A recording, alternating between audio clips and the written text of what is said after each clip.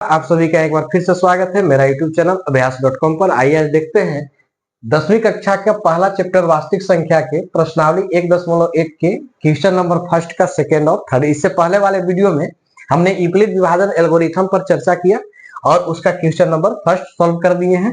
अब बात आता है क्वेश्चन नंबर सेकेंड और थर्ड को, तो इसको भी हम बहुत आसानी से सॉल्व कर पाएंगे। तो जैसा कि सेकेंड क्वेश्चन में आप देख पा रहे हैं कि 196 और 38,220 का हमको क्या निकालना है, एचसीएफ, जिसमें उपयोग क्या करना है, यूक्लिड विभाजन एल्गोरिथम का। तो क्वेश्चन नंबर सेकेंड में क्या है, सबसे पहले जो बड़ी संख्या होती है उसको हम ए कहते हैं और जो छोटी संख्या होती है उसको बी। तो यहां देख पा रहे हैं कि ए बराबर 38,220 तथा बी बराबर 196। ठीक है, जो बड़ी संख्या था वो ए हुआ, जो छोटी संख्या है वो बी हुआ। अब क्या करना है, छोटी संख्या से बड़ी संख्या में भाग लगाना है। तो 196 से हम भाग लगा देते हैं 38,220 में। कितना बार में भाग लगा पाएंगे, तो फर्स्ट बार में तो एक बार में लगेगा, यहां आ गया 196, 12 में से 6 6 और 17 में से 9 जाएगा तो 8 और यहाँ 2 में से 1 जाएगा तो एक संख्या उतरा 2। अब कितना बार में जाएगा, तो 9 बार में। 9 छक 54 के 4 5 और 9 9 81 और 5 86 के 6 8 9 8 17। 12 में से 4 जाएगा 8, 15 में से 6 जाएगा 9 और यहाँ 7 में से 7 खत्म, यानी कि यहाँ 0।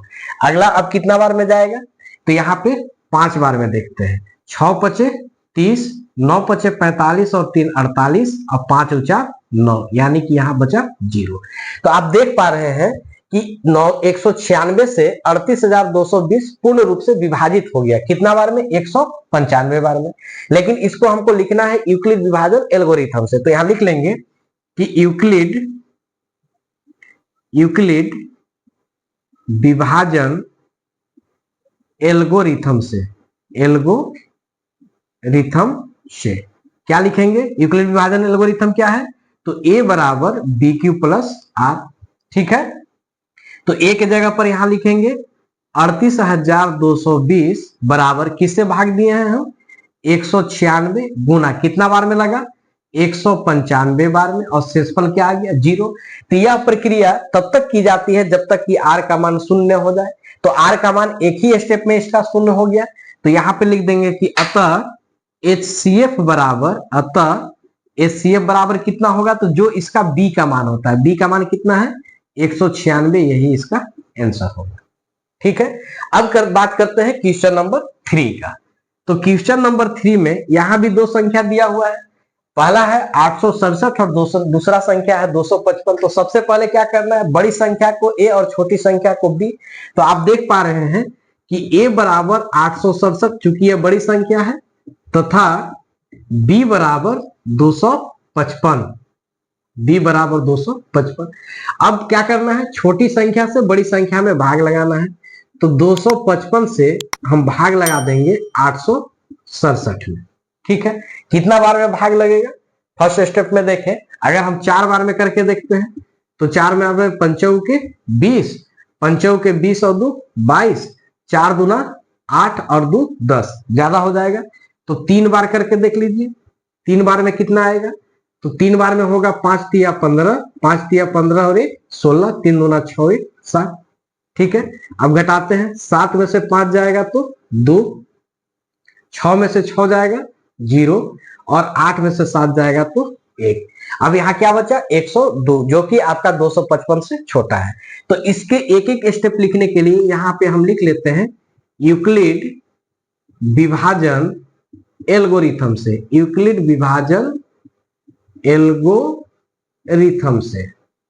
एल्गोरिथम से क्या लिखेंगे, ए बराबर बी क्यू प्लस आर। तो फर्स्ट में देख लीजिए ए का मान कितना है, पहला यहां लिख देंगे नंबर 1। तो यहां लिखेंगे 867 बराबर 255 गुना 3 और प्लस 102। मतलब कि जिसमें भाग दिया जाता है ए, जिससे भाग दिया जाता है बी, जितना बार भाग दिया जाएगा क्यू, और जो शेषफल बचेगा वो आर। अभी तो आर का मान 0 नहीं हुआ है। यह प्रक्रिया कब तक करना है, जब तक कि आर का मान 0 हो जाए। तो अब फिर यहां लिखेंगे 102 से भाग लगाएंगे कितना में, 200 55 में। ठीक है, अगर दो यहां कितना बार में चल जाएगा, 2 बार में देख रहे हैं, 2 दूना 4, 0, 2 एकम 2। अब यहां घटा लीजिए, 5 में से 4 जाएगा 1 और यहां बचेगा 5। अभी भी यहां शेषफल 51 है, 102 है, यानी कि छोटा है तो सही है। दूसरा स्टेप में यहां लिखेंगे, क्या लिखेंगे, किसमें भाग लगाए, 255 में। किससे भाग लगा, 102 से। कितना बार भाग लगा, 2 बार, और शेषफल क्या बचा, 51। मतलब कि जब तक कि आर का मान हमारा शून्य नहीं होता है तब तक यह प्रक्रिया जो है चलती रहेगी। अब 51 से फिर भाग लगाना है 102 में। कितना बार में जाएगा, 2 बार में, 2 एकम 2, 5 दूना 10। आर का मान यहाँ क्या आ गया, शून्य। तो तीसरा स्टेप में लिखेंगे यहाँ पे कि किसमें भाग लगाया गया, 102 में। कितना से, 51 से। कितना बार, 2 बार, और शेषफल क्या आ गया, शून्य। तो आर का मान जब शून्य आ जाता है, यहाँ पे यही ध्यान देना है कि आर का मान जैसे ही शून्य आएगा यह क्रिया हमारी समाप्त हो जाएगी, और उसमें जो बी का मान होगा वही इसका एचसीएफ कहला जाएगा। तो यहाँ आप देख पा रहे हैं कि आर का मान शून्य हो गया और बी का मान 51 है। तो यहाँ पे लिख देंगे कि अतः एचसीएफ बराबर कितना आ गया, 51। यही हमारा आंसर हो गया। तो इस तरह से प्रश्नावली 1.1 का क्वेश्चन नंबर 1 हमारा पूर्ण रूप से कंप्लीट हो गया। उम्मीद करते हैं कि आपको यह समझ में आएगा।